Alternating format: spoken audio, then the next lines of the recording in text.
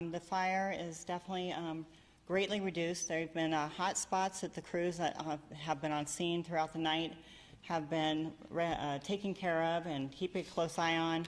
We took the water off the fire around 3 o'clock just to see if anything flared up. Hot spots, so we have definitely put a little bit more water on that using our ladder pipes that we have from our trucks on scene. We've had a reduced amount of on scene over the evening, and so we are going to be going through a shift change at 8 o'clock this morning and getting our crews out there. Basically, the investigation is going to be starting around 8 o'clock or so this morning. They're going to be using heavy equipment to pull a lot of the debris away to try to determine what the cause of the fire was. As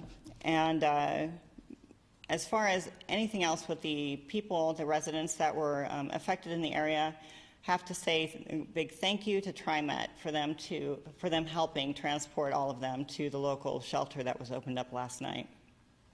As far as the residents that were affected and the soot that was in the air yesterday, a large area, a lot of people were affected. There are some tips that we want to share with everyone of things that they can do to keep themselves a little bit safer. As far as the homes go, if you're still in the designated area for the evacuation area, you definitely want to keep your windows and doors closed. Consider not running the HVAC system, the cooler heat. You don't want to be running those if you are in those areas because you'll be pulling the air into your home. Cleaning things in your home. If you had any dishes out, you want to definitely run those in the dishwasher. Food that was on the counter, you would want to consider throwing out because it may have been affected. Anything that may have been touched by the soot, you definitely want to clean it with soapy water. Running your car through a brushless car wash so it won't be scratched. Those are some basic things, and as far as clothing goes, just make sure you wash it. There are some tips that we have on our website that you can always go to that we will be sharing with everyone on ways that you can do some cleaning. Basically, those are just some easy ones for people. If you're going to be cleaning carpets or anything like that, you'd want to use a carpet cleaner or have it done professionally. Clothing, too, if you're not sure how to clean it or not comfortable cleaning it, then you can send it to a cleaner's. But we just want everyone to make sure they keep those things in mind. And the rain is coming, and so that's definitely going to help us today. But we will have crews on scene throughout the day monitoring the fire and making sure that things are staying under control. Any questions? How many folks were evacuated yesterday? Do you have about it? I'm not sure. We don't have a number. I know we've had some references, but it's hard to say right now. But they will be talking about how many people were using the shelter last night, too. Will those folks be able to, are they still under an evacuation notice at this time? Yes, at this time. We will be giving an update during this newscast, though. You're going to be shrinking that, you just referenced that, but you're going to be shrinking the evacuation zone to that? That's what we're hoping will happen, yes. The EPA has been out doing testing of the air quality throughout the evening, and so that will be reported also. Some of the things that you're saying are very similar to when Mount St. Helens blew in terms of what people need to do to their homes and things. Why the professional carpet cleaning? Why throw out dishes if they were left out? Why couldn't we just clean them and use them? Well, in the dishes, you can wash them in a dishwasher, and you can definitely get those cleaned up. But food is what I was referring to that are on the counters. If you had your windows and doors open and you find that there's soot in your home, then things like that, food items, you definitely don't want to be consuming those. You'd be best just to throw them out. How difficult is getting to the bottom of where this even started? This is such a huge facility, and there's so much inside of it. They're going to be using a lot of heavy equipment to be moving that to a area that's an open parking lot that's next door to the adjoining business that's next door. So they will be able to sift through it, so to say, but it's going to be a slow process so that they don't necessarily disturb what may have actually started the fire. They'll have to be cautious about that, but they are going to be going very meticulously through the pile. Any other questions? Hey, thank you. We're going to have the Tri-County Health Officer, Dr. Paul Lewis. Good morning. I have some good news to share this morning. Last night, about 9 o'clock, we expanded the evacuation zone west from 72nd all the way to 60th because of worsening air conditions documented by the EPA crews that were on scene since about 2 o'clock yesterday afternoon.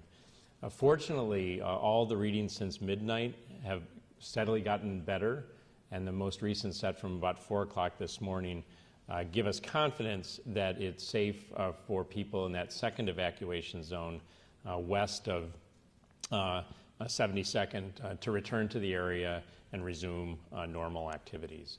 We have a big thanks to the EPA for putting a lot of resources into this so that we were able to make a rational decision.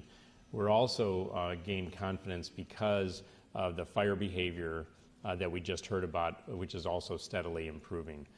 So we're reserve the right to change our minds, but we hopefully will not be increasing the evacuation zone again. The 4 blocks closest to the fire, however, between 72nd and 76, remain under an evacuation, and there are hazardous air conditions in that area, and people should not re-enter there. As mentioned before, we'll be posting cleaning tips for people that are allowed to re-enter. It's basically common sense. It is basically soap and water. This is a little different than wildland fire or normal wood fire. The stuff that was burning was a lot of plastic and rubber and other organic materials that are going to need some soap to make clean. Happy to take any questions. How does the higher humidity and rain help what does it do to the particulate matter in the air, and how will it help improve conditions today? I'm not an expert on that topic. However, typically rain helps with fires, and rain helps with air quality, certainly in all of our other events. So we're cautiously optimistic that the 1/4 to 1/2 inch of rain predicted for today is going to help improve things even more. Can you explain the numbers, the difference from what we saw last night around 10, 11 o'clock to what you guys are seeing this morning? The EPA is doing 2 different things. They have crews literally walking around with handheld monitors that are reporting continuously. They also brought in equipment last night to do fixed locations over longer periods of time. And similar to the wildland fires that we experienced last fall, they're measuring the concentration of tiny particles, which in high concentrations look like smoke, but even when it doesn't look smoky, they can be present and are hazardous. So again, those levels decreased dramatically between about 8 p.m. and 4 a.m. this morning. I got a medical question for you now. What would people realize to be the symptoms that they are having if they're inhaling some of this, or if they have inhaled some of this? Well, we have 2 concerns about this particular fire. The first is just related to smoke inhalation. People with heart and lung conditions, the elderly and the very young, may have sudden problems, difficulty breathing, coughing, etc. But because of the nature of this fire, we have other concerns about the various chemicals, things that have names and things that don't, that could be hazardous not only in the short run, but also in the long run. How will people know if they have it? Is that going to be coughing and you're going to check them out, or people may have inhaled some of this and now they're better, they just go back to their normal lives? Or? Right. So I think folks with underlying health conditions, if their symptoms are worse, they should contact their healthcare provider, see whether they need to change their medications or get another evaluation. People who develop new health conditions, again, should contact their healthcare provider. We're cautiously optimistic with the smoke levels decreasing that those sudden problems just from irritation will diminish today. And you touched on this a little bit, but can you go into the possible toxicity reports? I mean, any reports of asbestos? I know that was something you were looking into yesterday. Are you been able to figure that out? At this point, the only things we've been able to test for are the particles in the air.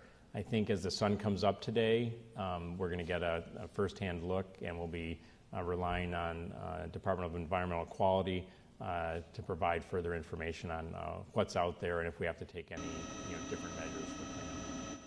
Dr. Wu said, that's in the long run. How far out could someone have consequences from bringing this air maybe a week or too early?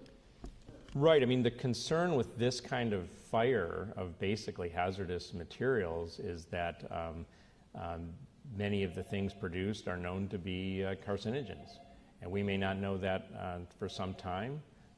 We're proud of the Portland Fire and Rescue for really containing this fire very quickly, even though it was a raging inferno.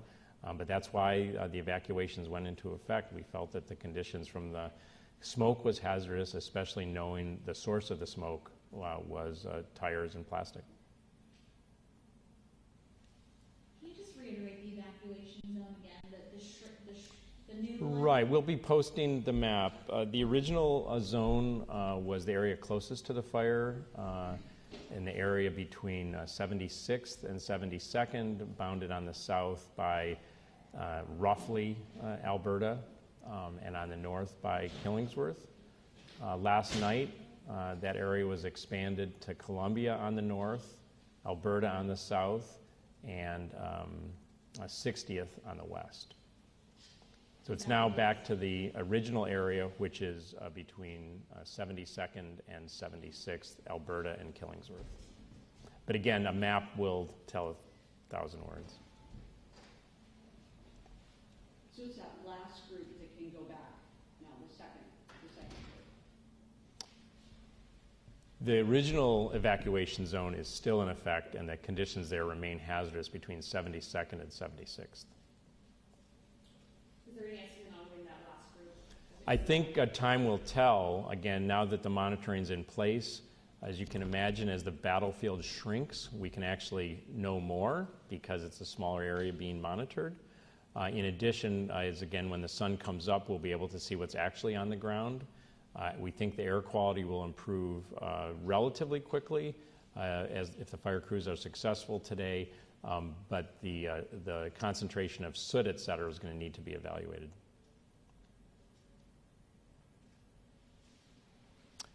Great, I think we got a couple more updates coming. Thank you. So I just wanted to let you know that we had 141 people take advantage of the Multnomah County shelter that the American Red Cross opened with us on 122nd Avenue. We have about 15 pets, so people were able to bring their animals. There were emotional support staff there to sort of help people. This was fairly difficult for people to have to hurry up and get out of their homes, often with very little time. We're going to have that shelter open for as long as this group is affected and as long as people need a shelter open. As we'll be updating all of the information that you've gotten, and we'll be doing it in real time as soon as we get it. There's really 3 ways to keep abreast of what's going on.